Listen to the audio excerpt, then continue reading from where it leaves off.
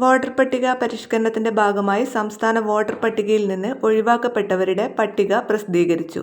സംസ്ഥാന തെരഞ്ഞെടുപ്പ് കമ്മീഷനാണ് പട്ടിക പ്രസിദ്ധീകരിച്ചിട്ടുള്ളത്. 25 ലക്ഷത്തിലധികം ആളുകളുടെ വിവരങ്ങളാണ് പട്ടികയിൽ ഉള്ളത്.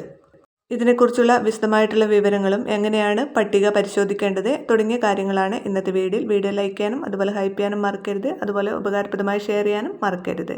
ഡിസംബർ 18 വരെ ലഭിച്ച വിവരങ്ങളുടെ അടിസ്ഥാനത്തിലാണ് നിലവിൽ പട്ടിക പ്രസിദ്ധീകരിച്ചിരിക്കുന്നത്. എന്യൂമറേഷൻ ഫോമുകളുടെ ഡിജിറ്റലൈസേഷൻ ഇന്ന് വരെയുള്ളതിനാൽ ഇതിന്റെ അടിസ്ഥാനത്തിൽ പട്ടികയിൽ കൂടുതൽ പേരുകൾ ഉൾപ്പെടുത്തുമെന്നും തെരഞ്ഞെടുപ്പ് കമ്മീഷൻ സൈറ്റിൽ പറയുന്നു. 25 ലക്ഷത്തിലധികം ആളുകളെ കണ്ടെത്താനുണ്ടെന്ന് മുഖ്യ തെരഞ്ഞെടുപ്പ് ഓഫീസർ രത്തൻ യുഗൽക്കർ അറിയിച്ചിട്ടുണ്ട്. ഇതിൽ മരണപ്പെട്ടവരും അതുപോലെ സ്ഥിരമായി സ്ഥലം മാറിപ്പോയവരും കണ്ടെത്താൻ സാധിക്കാത്തവരും ഉൾപ്പെടുന്നു.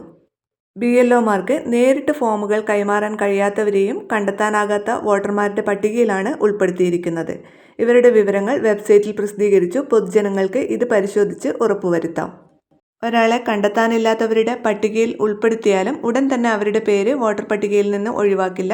ഇവർക്ക് നോട്ടീസ് നൽകുകയും ഹിയറിംഗ് നടത്തുകയും ചെയ്ത ശേഷം മാത്രമേ അന്തിമ തീരുമാനമെടുക്കൂ.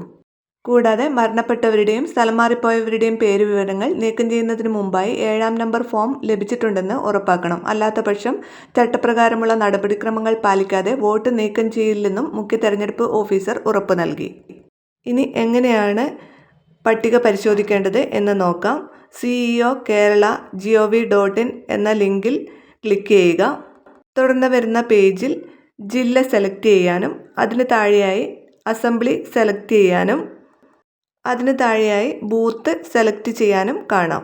ഇവ സെലക്ട് ചെയ്ത് കൊടുക്കുമ്പോൾ അവിടെ ഡൗൺലോഡ് എന്ന് കാണാം. അതിൽ ക്ലിക്ക് ചെയ്യുക. ലിസ്റ്റ് നിങ്ങൾക്ക് പരിശോധിക്കാവുന്നതാണ്.